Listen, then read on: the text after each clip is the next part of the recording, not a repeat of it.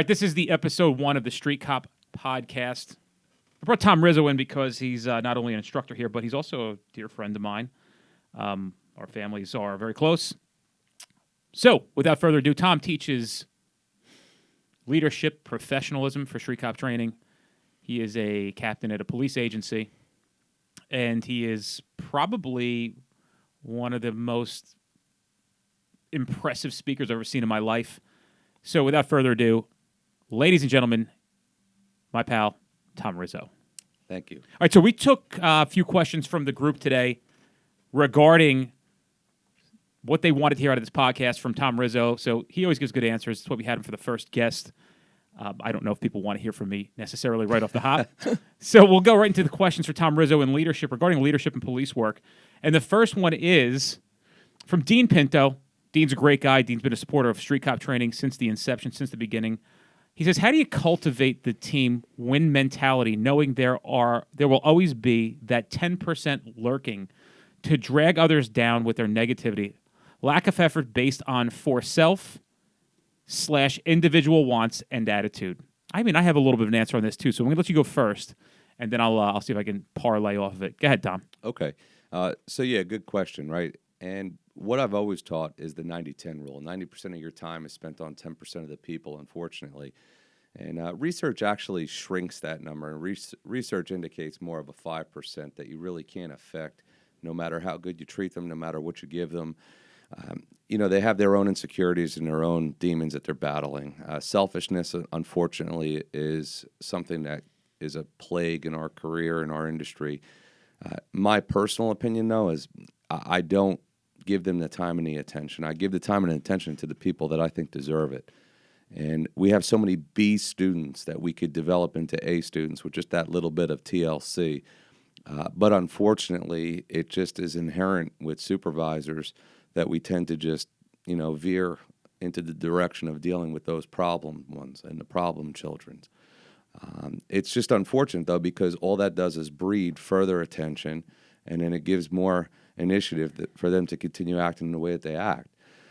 I think it's something that, unfortunately, we're always going to have, but really, you're in control of where you choose to dedicate your time and your energy. And I think that if more time and energy is going toward them, the other ones that are good feel that they're being neglected. So I say to, fight the urge, fight that, that temptation to just go down that road and give too much time and attention to those people, because it's not going to change.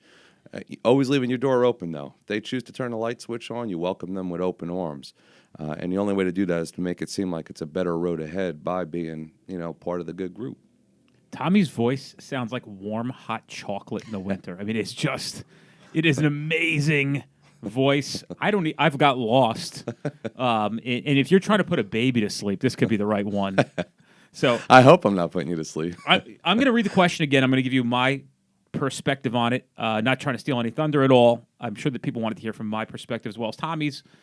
How do you cultivate the team win mentality, knowing there will always be that 10% lurking to probably meant looking to drag others down with their negativity, lack of effort based on for self, individual wants and attitude? Well, let's go to the administrative level. And I don't know if Tommy said this because, like I said, I got lost in his voice, but I think this needs to be addressed at an administrative level. And I've been asked by many administrators, chiefs, captains, deputy chiefs, majors, colonels, lieutenant colonels, you name it. I've had conversations, and they've asked questions like this. What do we do with those people who we can't motivate?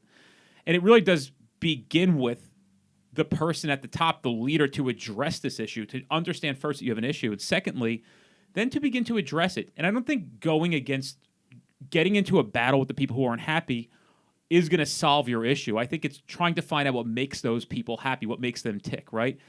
Not everybody's going to be a hard charger. We get this conversation all the time. Oh, you guys at work are lazy. Okay, guys have been lazy since the beginning of history. That's a fact. There's nothing new. Millennials are lazy. They're not.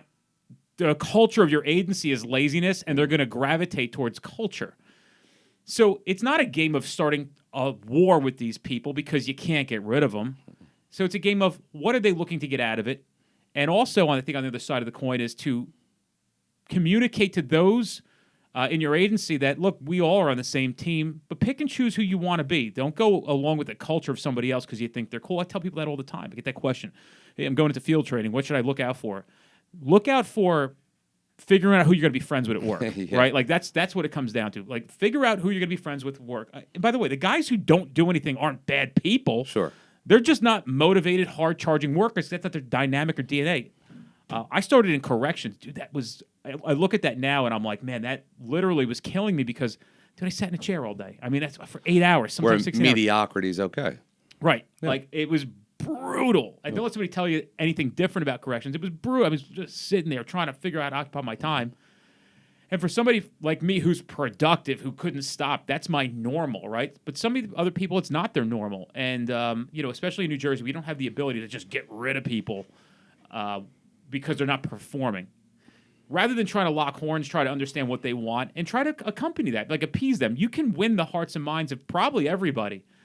If you couldn't, there's probably an issue with what you're communicating. Oh, I got 94% of the guys think I'm great, but 6% think I'm an AH, right? Well, that's really not solving the issue. I would have constant open communication with those people who the 6% left. Like, look, guys, I'm not a bad guy. You've got to lay some humility on the table as a police leader and explain, I'm not a bad guy. I'm not trying to make life difficult for you. There's some things I know that everybody's not a hard charger. That's cool. What do you want out of this place? Because I'm going to make it happen, right? I want you to be happy. I want this place to be. And I know what the last guy did, or I know what this guy's doing. I know that this sergeant's giving you a hard time. Don't worry. I'm going to sit down with him next and address that. I never understood a police department that allows frontline supervision to misbehave. To be bad. Yeah, and it comes down to the same thing with business principles, right? Like, if somebody has to be asked to leave here, a.k.a. fired from this company, people will say, like, hey, you want me to take care of it? No, I'm going to take care of it. I'm the one who stands here and says, I'll run this company. That comes with it. So if you're going to take that oath and say, I'm going to be the boss, well, a lot of responsibility comes with that. And some of that responsibility is having tough conversations with people, right? Like telling people, like, look, I'm not trying to make your life difficult, but you perform, whatever it may be, but being kind about it in communication. And then doing the dirty work when you have to. So if you got a supervisor who's misbehaving, hey, Joe, like, what do you, like, everybody here has a problem with what you're doing. So let's start breaking this down and figuring out what the problem is, right? Because I can't have you treating people who come to work trying to do a job that's very, very difficult the way you're doing it, right? If you're having issues with understanding how to supervise, let me give you the first piece of advice. And I always tell all my friends who get promoted, this place was functioning when you weren't here, and it'll function when you're not here. Imagine so I don't think you're going to come in here and reinvent the wheel, right? If you don't know how to lead and create real good new ideas, you don't got to come in and just do something for the sake of doing something because you got some chevrons on your shoulder. Exactly, yeah. They feel the obligation to do that, though. Everybody wants to leave their mark. But, I tell you what we're bad at, though. What we're bad at is just round pegs for round holes. There's certain people that do have something to bring to the table. It's not just about the C product, but, again, our inability to see past, the initial appearance or the initial effort or the initial disposition screws us. So, I mean, if they have the ability to do something, let them do it. And then they will be productive in their own right. But we also have an inability to accept the fact that some people are okay being average. Not everybody's meant to go out there and do interdiction work. That's a fact. I don't care who the instructor is or who the educator is. Somebody's just not meant to do it. Listen, I tell people in class, I go, in my mind, the 148 people that are in this class right now will go out and take on the world. Yep. But the reality is 10 to 15% of you are going to get it, and about 7% of you are actually going to go out and do the work. And put it to work. That's fine. Yep. If you sat through this class and learned how not to die, wonderful, right? Yep. Like, you're going to just change your tactic on your motor vehicle stop, and your brain's going to open up to, oh my God, I could die any day or any minute at this job. But yeah, I mean, it's not for everybody. Nope. We're not for everybody. This is not for everybody. But what we're trying to do is have impact and give thoughtful ideas to law enforcement because we need help, folks. No doubt. Right? And this old school mentality of this is the way it was in 1973 and it still works in 2020 into 2021. And in the future, it doesn't apply anymore. And the sooner you get that through your head, the better you understand. So if you're having a difficult time with leadership, there are leadership podcasts, there's leadership books, there's leadership videos. 100%. You can improve. Yep. You can become better at this. That's a fact. And I think the one thing about maybe the overall quality, and you could tell me if you agree with this, the overall quality about good leadership is selflessness, Yes. not selfishness. But in this profession, we find ourselves getting selfish. Why? Because there's not much to get. 100%. So because there's not much to get, there's not an overabundance of what can I do? What can I give myself? There's not an overabundance of great schedules and great positions and good equipment and details and recognition and awards. It's always this, what can I get for me? When you can behave in a selfless manner and stand up for your guys and girls when they need to. You're the dad, right? Yep. Mom and your kids are looking at you. Daddy's got to do something. And when Daddy's a no-show because he's off at the bar drinking, he ain't much of a dad. And what I mean by that is when they're asking for help with these frontline supervisors or a personal issue, it's time to be their dad. Open up, be empathetic, care about them, and offer some help, because that's what you said when I said I will be this person. I'll take this position. You put your hand on the book and said I do, and it doesn't mean you get a $9,000 pay raise and the ability to be a JO to folks now. It means there's a new responsibility with it, and the responsibility is to lead. If you don't know how to lead, it's okay. Just don't pretend like you're leading and you're doing things that are incorrect. Somebody asked me this one recently. Hey, what if my supervisors don't know what they're doing? I go, well, then tell them what you're doing. Sure. Don't ask them what to do. Right. Just let them know what you're doing, right? I mean, I got guys and girls that I worked for that had no clue. They didn't even know what I was doing. They couldn't figure out what I was doing. But it wasn't a conversation of like, yeah, this guy, he don't know nothing. We all know he doesn't know anything, right? We all know he doesn't know anything, or she doesn't know anything. We all know that. But you don't got to make it that way. No. Give the person the credit they deserve of wearing the chevrons. Let's be very clear here. This is not an opportunity for to take a shot at administrations as a whole.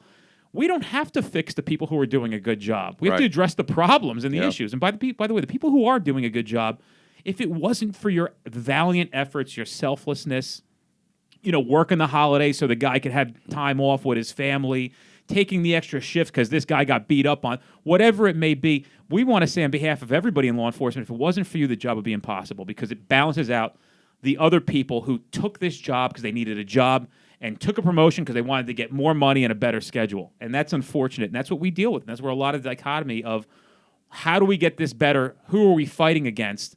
And it's our own people. Yeah, it's a fact. And having the humility, right? So having the humility to accept the fact that somebody that might be below you in terms of the hierarchy and the rank structure might have a skill set that you don't have. And I've always said this to the supervisors that I instruct. What better way to look good, right, and to shine than to develop the people under you and letting them shine in whatever their craft is. So you look better doing that, letting them do their thing. It's real simple. It's not complicated. And unfortunately, just so we're all clear, generally in private industry, leadership kind of rises to the top because those are people who had the ability to navigate through when they were a grunt, to earn the ability to foresee the future, make good decisions, keep a culture. I mean, that's what we really do here. So culture is paramount at a police department. I've worked at 3 different agencies. I can tell you that culture is everything. And once culture starts to erupt, it is a virus. And you have to make a decision whether or not you're going to go along with the majority or the minority. I could tell you my second job where I worked was a federal police agency. You were the police. I'm not making that up. I'm not insecure about that. We were the cops. At that agency, proactive, got things, right? Like, so if you were proactive, you went out, they didn't care what you did as long as you were doing something. Yeah. They were going to take care of you, and they did. And a guy like me was doing very, very well there. I was recognized for my efforts, but that's who I was. And then I went to my last agency, and it just happened to be the opposite. So I was caught very off guard when I showed up and started doing work, and I was, shunned. Yeah. But a handful of us stuck together and went out and did the work, and at some point, eventually it broke, and they allowed it. Yep. And there are gatekeepers at your agency. I honestly would suffocate if I had to work at a police department that told me I couldn't go out and arrest bad people committing crimes. Right.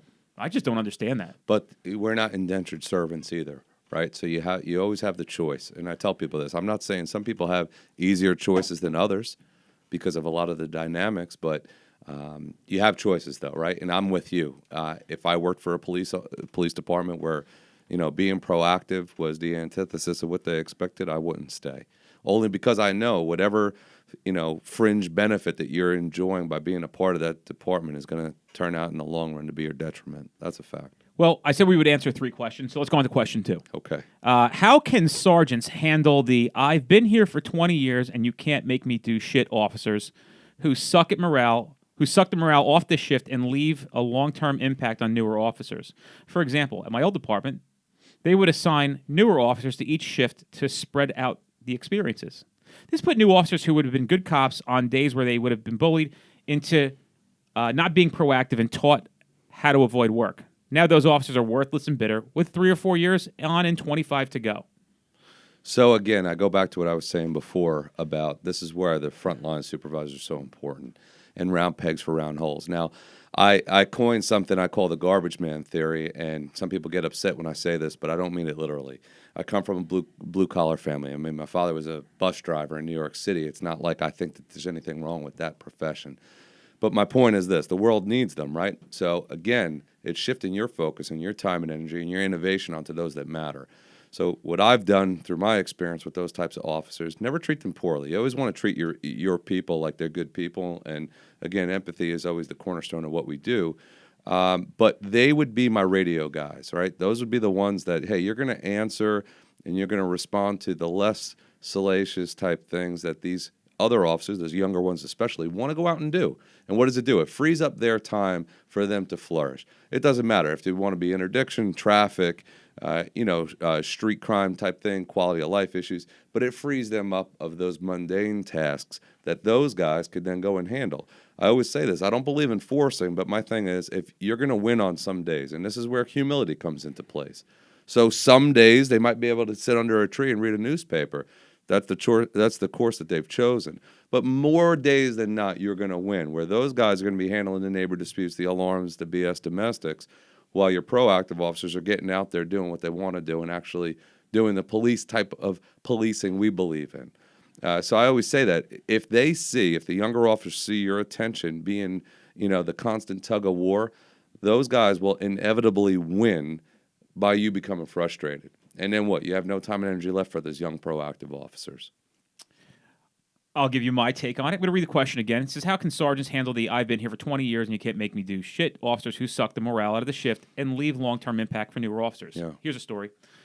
My last agency, the captain came down and said we had hired 26 new people for a 200-man police department in 1 year. So you had literally almost one-third of the patrol division was brand new. Brand new. And that came with a lot of. You look back on it now, and of course, there was a lot of problems. You have literally people who have no idea what they're doing running the police department per se, right? And that challenge could be handled a little bit better. Am I saying, I'm not sitting here pointing fingers of what could have been done, but here's the reality. Captain comes down to muster one day and she goes, Chief is not happy with all the new people and the performance that they're giving. And I thought to myself, well, a couple of us who worked at other police departments before this are able to perform a little bit better. And these people just needed some time. And I raised my hand audaciously like I did. And she said yes. And I said, well, look who your field training officers are. What do you think you're creating here? I don't know. This dude goes and reads the paper for 2 hours a morning, while this guy sits here hoping to do something. At a very minimum, teach him how to run radar, right? You want to do something. Let him run plates while he reads the paper. Maybe you'll get a stolen car, right? Maybe you'll get a real hot... something. Yeah, anything. Then you got this guy. He's the next guy. He's been patrol for 38 years. He hates this place. He tells him as soon as he walks in, go be a fireman. What are you doing here? And how bad all of you are to him. But you make them a field training. And the only reason they're FTOs and the reason they get violent when you don't let them field train is because they're entitled to an hour and a half of comp time every day. And they'll use that to go fishing in the summer. And that's a horrible incentive. And her proposal was, what do you suggest that we do? I go, you have people here with 3 years on the job, right? You have people here with 2.5 that are more than qualified to show these people how to do the job than these guys here because they don't know what they're doing. I mean, you got guys 22 years on the job, you're asking new guys how to do jobs. Right. Those are your field training officers? I mean, good guys, but they don't even know what they're doing. So what do you think you get as a product when you cycle them through the training? And I got to tell you, beyond police work in my business career, one thing that I've recognized is that training is paramount. I mean, it just is. I have seen people literally get hired and just left, and you can't blame them for that. Nope. if we're dealing with somebody at this company, we have a lot of full-time employees at this junction of this of our path. If somebody's having a difficult time, I try to sit with them and work, like, what aren't you getting? What do you need me to do? How am I failing you? Because the job's not getting done correctly, there's got to be something I'm not telling you. If I go through all that and I do everything I can and they're still not getting it, well, it's a different story. I don't have to abide by civil service guidelines here. You know what I mean? So, to me, it comes back all the way back to the top line administration accepting responsibility for what they're creating. Sure. And if that's the mentality at the top, guess what the mentality at the bottom's going to be? Oh, magnified. Yeah, I mean, and you're just going to get a few guys that just don't fit in. And if you're feeling like you're at a place where you don't fit in and you have options, find a place where you do. You know what I mean? If they're going to, I always tell people, if they leave you alone and let you work and don't break your chops, you're in a good spot. Good place. They got your back when somebody comes in and files these fraudulent complaints against police and they have your interest at stake. They're not going to serve you up. They're going to give you a fair shot at being called to the table to explain your actions. They're going to understand that mistakes occur. You're not going to lose your livelihood because you didn't know this, because they didn't teach it to you. That's okay. You can get by there. Right. But if you're at a place where it's, you feel this in your body that you need to be a better cop, this is how you envision your law enforcement career, well, what can I tell you to do? It's your life. You owe nothing to anybody. And even if you got to take a little bit of a pay cut, I'd rather be happy going to work every single day. It's just worth it. Yeah. You know? But how about helping each other out, too? If you see somebody struggling, it's just because they're missing just a couple pieces of information or a couple tips and tricks. How about offering it to them and helping them out? And I think this is the sergeant asking this question about how do I address these guys? Look, I get it. I can see what it's like. But again, you said I'll take this spot, put those things on my collar, put them on my shoulders, and I can handle this. You have to figure it out. It's a communication issue. So you have to figure it out. And like Tom said before, it goes back to the original conversation. Find what they're good at. Right. You're not going to win by fighting. But unfortunately, traditional training mechanisms, and I'm not, throwing shade on any other, training company or any other way to train, but traditional training with this always goes right down the discipline route. And again, let's just talk reality. You're not going to win. These guys have been around. They're survivors. They're going to find a way to manipulate the system to just keep their heads enough above water that it's going to preclude you from doing anything really permanent to them. So I always recommend, why not just making it effective? Define effective. So for me, effective would be, I don't want somebody like that going out and making bad case law. I just don't want it. But I'm going to get my widgets made by them, while the other people who actually internalize the job make something of it. But I always leave my door open. Anytime somebody wants a clean slate and wants to jump on the right ship, let's do it. I don't ever hold a grudge. I sit here as we record this podcast and say in my head, how many people are listening to this and it is everything that they are, and they're being exposed and they're being self-exposed and they're recognizing this, and you have a decision to make. You can either listen to this and make a change, because we're giving you the right answers. There is the other answer is because other people agree or say, "Oh, that's the problem in law enforcement. They're the problem." So you can either hear this and say, "You know what? They're right. I can do this better," or you can say, "F this. I don't care. It doesn't matter. I get a paycheck every 2 weeks." Right.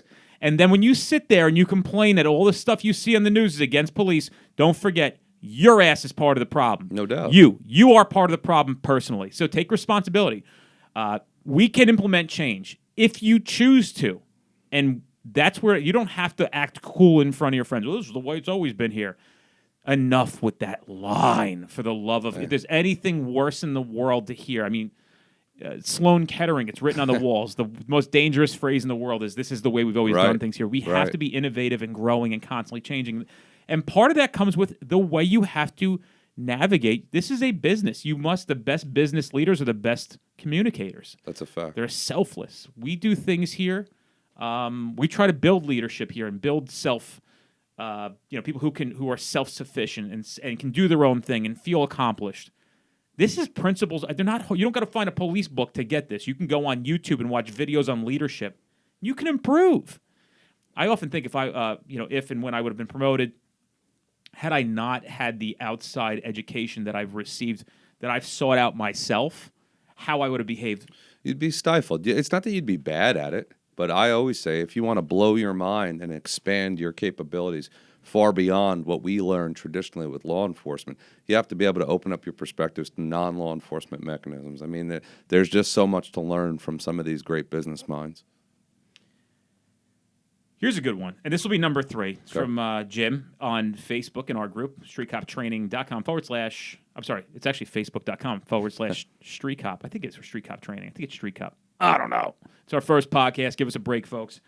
Jim writes in, how do you overcome cliques as it pertains to getting into special assignments and promotions? This is one of Tommy's favorites. That's it. So obviously there's the ins and the out groups, right? So the way I always say to permeate that is to simply, you have to be willing to go and seek out the information and make yourself a part of it. I'm proud to say that, if you sit back and just expect things to be given to you, or you expect to be offered, the avenue to get into these groups, it's not going to happen. We're bad at that, right? We don't do a good job too much when it comes to recruiting because your finger has to be on the pulse, and that takes time and energy to know your people. So like anything else, how do you, become a part of a group? How would you become a part of a group before you got into law enforcement? Because you want to be a part of that group. Now, again, I always say this, though. Look who the circle is. Do you want to be part of that circle? You got to be careful. Sometimes when you assign yourself certain commonalities because a group does a certain type of work, but look who you're going to be associated with. That could be your detriment. You hang out, at the barbershop long enough, you get a haircut, right? So I'm a big fan of creating my own groups, but having those groups be diverse in personality and skill set. Those are the best groups, not just for production. That's always where our brains go to when we talk about supervision and leadership, is right into production, right? How do I become part of that group? Why? For the raise, for the promotion, for the assignment. I would say this, there's only so many opportunities to be given. I'm in a position now where I wish I could give 30 opportunities a year. It just doesn't, through attrition, everything, through retirements, through openings and vacancies, the world doesn't work that way. So do that type of work that the group is doing, and it will be recognized. But you have to be proactive, not in how you work, but how you market yourself. How do you advertise yourself? A lot of this goes back to, it sounds like a broken record, but it's incumbent upon the person. It's choices you make and how you want to be. But I always say, don't worry about being the next Dennis Benigno. Be the first you. Make your own way. Make your own way of doing it. And I mean, that's the coolest way to be. Wait, do you actually say the Dennis Benigno? Is that you're using me regularly? No, just now. I was the example because I'm in front of your face. You just now. That son of a bitch. To go back on that, just to revisit that subject. Hopefully, I lose my train of thought. I actually meant to have a notepad and paper here, because my mind is off in 19,000 directions every single day at once. The clique thing. I like the idea of encompassing the job as a whole and being somebody who's universal from clique to clique. Now, what I wanted to say was in regards to this, life isn't fair. And I say this in class a lot. Life isn't fair. And if you think life isn't fair, police work's about 10 times more not fair. There'll be times in your career where you deserve something or somebody else deserves something that they got or you should have gotten. Yep. And this is how it goes. Why? Because it's politics, nepotism, unfair treatment, and it's rampant. And it does, and it's not everywhere, but it's in a lot of places. And there is actually no nepotism at this company. Actually, I'm so adamantly against it because I've been such a victim of it for so many years. And I'm not sitting here saying that I deserved everything that I asked for, because I didn't, because I did misbehave at times. I did not deserve certain things, but other things I did. And it's so much so that it got recognized and almost forced. That if you didn't do this, it would be really bad, right? Roller coaster of a career, just the way it goes. And what I could tell you is, once you release yourself from this constant chase of how you envisioned your career, and you could say, look, every day I go to work and I do something that I love. And you know what? They didn't pick me for the canine guy this year. I didn't get to go on the interdiction team. They didn't pick me for street crimes.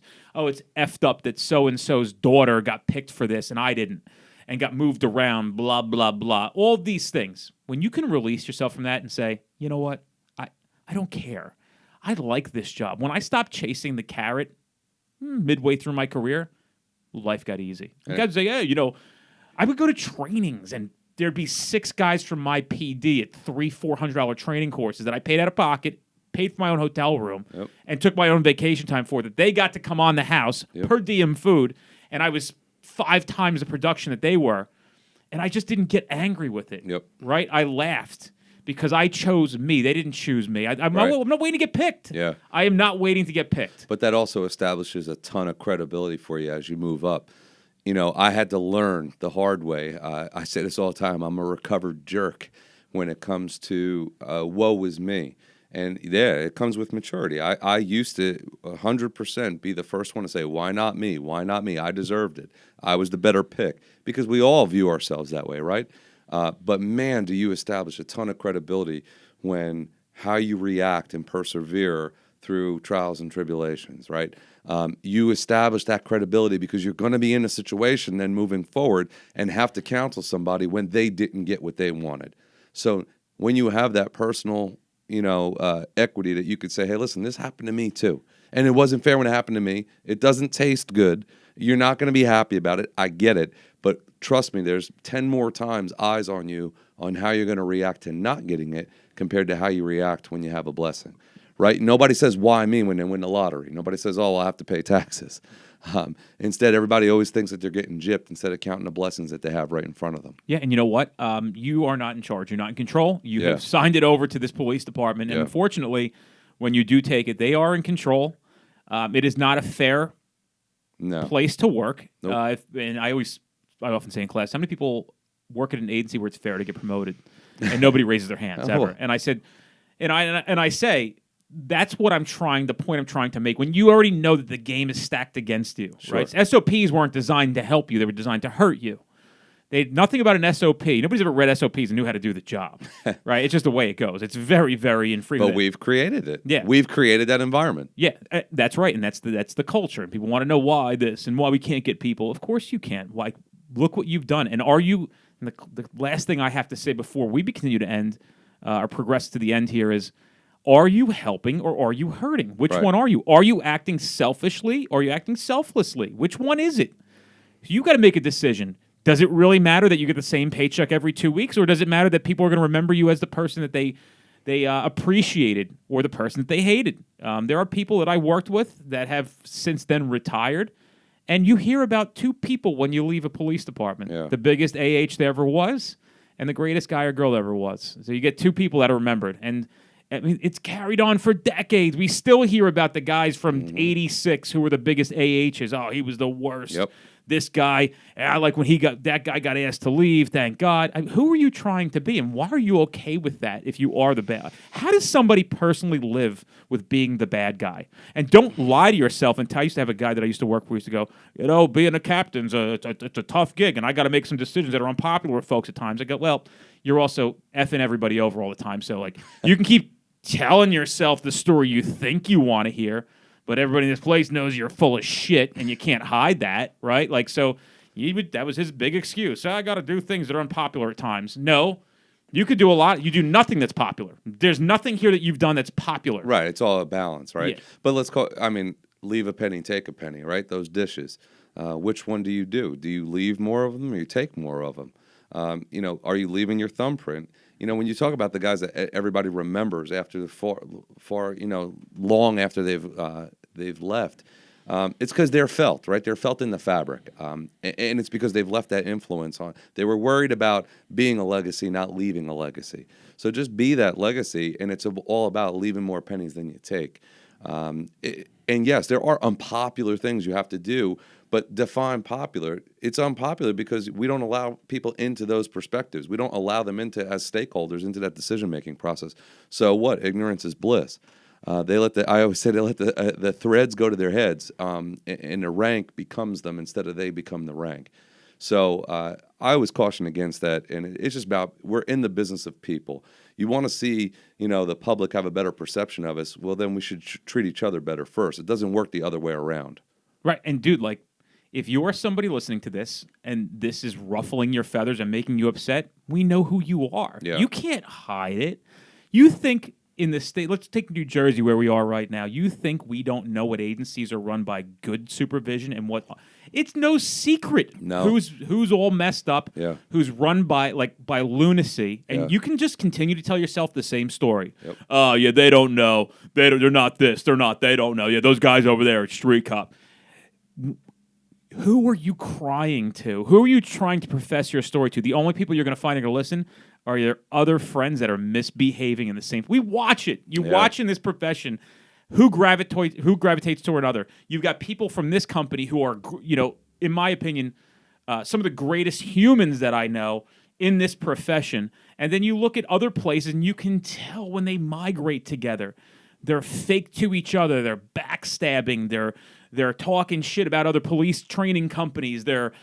You can't hide your true colors. No. You can decide to change. You just can. You can make an effort to change. And don't kid yourself if the effort's half-assed. I'm talking about a full effort. Don't half-ass the effort. So the question I have for you again is, are you part of the solution or are you part of the problem? Are you selfless, or are you selfish? Who are you and how are you behaving? It's not easy to be selfless, right? No. Because there's no immediate ROI on it. But I can promise you this. The long-term ROI on selfless behavior, it's paramount. I mean, I can't express to you enough as things run through my head. Up front, my loss. Long-term, my gain. 100%. Right? But also, I mean, hurt people, right? So you have to get over the fact that you might have fallen down and scuffed your knee once or twice. It takes that humility and that empathy to tell the next guy in line, hey, watch out, that step's uneven. Instead of this culture of, well, I went through it, so I hope he goes through it. That's how, because let me tell you, it's a lonely feeling, a feeling of despair when your career is over with. We all have that shelf life. I know I sound like a broken record with that, but it's the fact. When then you ring the phone and nobody wants to answer because they couldn't wait for you to get out of there. As far as I'm concerned, I want to, leave that thumbprint so that when, this part of my life is over, it'll still be that there's that connection there. And how do you do that? By making the connections now, not worrying about, until it's too late and how you can make somebody's day miserable just because you can. Same mentality we talk about all the time about the decision to write a ticket over not writing a ticket, right? You're still doing your job by stopping the person. You don't have to always go that extra step. We always misdiagnose supervision and management and leadership, always with a sanction. I say if your disciplinary and your sanctions and your consequences and your reprimands outweigh your accommodations and your attaboys and your good jobs, you're doing something wrong. And it's because you're battling your own demon. Maybe that didn't happen to you. It comes a time in everybody's life you got to turn the page. So again, do you want to represent that change? You can. And I deal with a lot of people now, especially ever since joining with Street Cop, that they reach out to me privately. Oh, well, but how do I do that? There's a fear there because there's a fear of failure, and I get it. But let me, as we wrap this up, let me tell you, rest assured that people will respect an attempt over any day over the week over a failure to ever try. They will respect the attempt every time, the fact that you at least tried. Now, listen. Again, this is a company at its core that is focused on fixing the problems. Yeah. Are we going to fix them all? Probably not. But are we having impact and change? Yes. And this is a big conversation to have, and it really does start at this level. You want to start fixing things. You want to sit there and complain that are you part of the problem or are you part of the solution? And in order to be a solution giver, somebody who's going to be solving problems, you have to open your mouth. You have to take some action in a proactive way to begin to implement a new culture. And that is not based on the old culture, unless the old culture was something great, which it probably wasn't.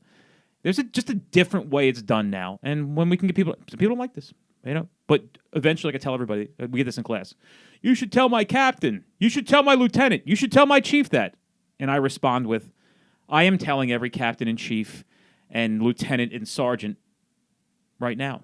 They're just not there yet, but they will be. And we've seen it here in New Jersey 8 years ago when I started opening my mouth and the mud was coming my way and ducking fruit and tomatoes and vegetables and car tires.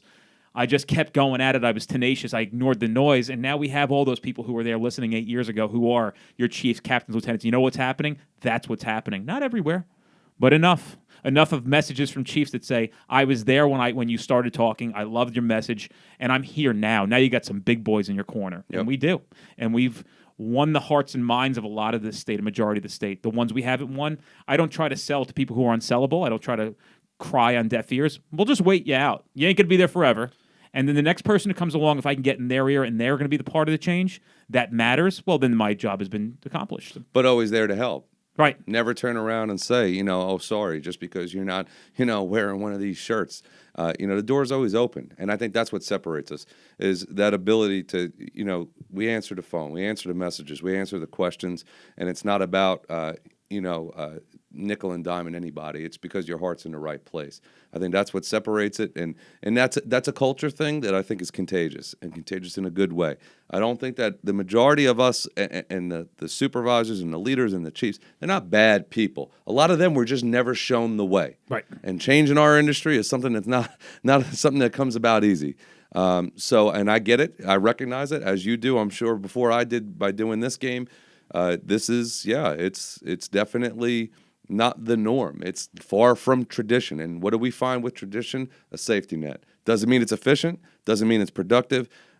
I tell you, I'm out to just have it where, as you're reaching toward the end of your shelf life in your career, you feel like you have a little bit left in the tank. Not that you're totally depleted. Yeah, listen, we both have about this. Actually, we just talked about this last night at my house. Yeah. We both started our law enforcement careers about 3 weeks apart. Yeah. So in 2001, Tommy and I both started. And, you got 20 years. You're a big thinker. You've been putting a lot of thought into things. You've observed. You've helped. You've been part of the solution.